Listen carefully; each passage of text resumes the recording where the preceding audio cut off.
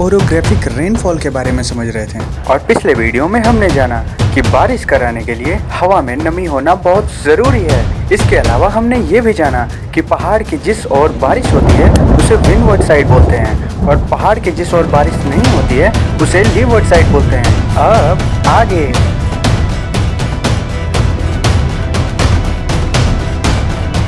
तो अभी डिस्कस कर रहे हैं जो रेनफॉल कॉज्ड बाय माउंटेन्स।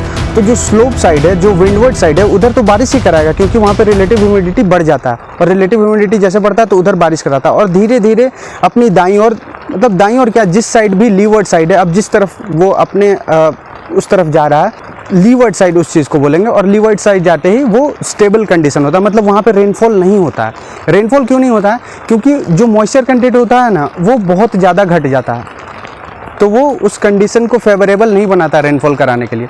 और यही एक कारण होता है जो लीवर्ड साइड, जो भी वेस्टर्न घाट्स है या फिर रॉकी माउंटेन ले लीजिए या फिर एंडीज ले लीजिए, तो वहाँ पे लीवर्ड साइड में बारिश नहीं होता है। एडिशनल चीज़ इसमें ऐसा होता है कि स्टेबल कंडीशन दो तरीके से होता है।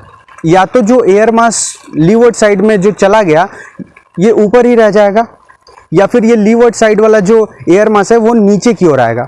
और जब नीचे की ओर आएगा तो एटमॉस्फेरिक प्रेशर इसमें बहुत लगता है। जब ऊपर से एटमॉस्फेरिक प्रेशर इस पर लग रहा है तो जो अंदर के जो पार्टिकल्स है क्लोज सिस्टम में वो गर्म होते हैं, कोलाइड होते हैं। और जब भी कॉलिजन होता है तो उसके कारण फ्रिक्शन होता है और फ्रिक्शन के कारण हॉटनेस बढ़ता है। आप एक एग्जाम्पल के थ्रू समझ सकते हैं।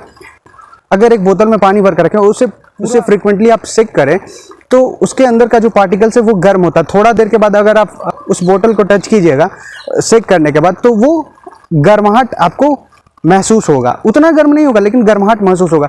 तो वही आप समझिए ना कि जब क्लोज सिस्टम, एक एयर मास जब नीचे आ रहा है और उसके ऊपर बहुत सारा एटमॉस्फेरिक प्रेशर है, तो जो उसके अंदर का जो पार्टिकल्स है वो कोलाइड होता है ड्यू टू कोलिजन, फ्रिक्शन, और फ्रिक्शन के कारण हॉटनेस। और हॉटनेस जब बढ़ता है तो जो वातावरण लीवर्ड साइड का होता है वो बहुत गर्म कंडीशन होता है। तो उस साइड में जो लोग रहते हैं वो गर्मी महसूस करेंगे। इसका एक एग्जांपल हम लोग ले सकते हैं। जैसे नॉर्थ अमेरिका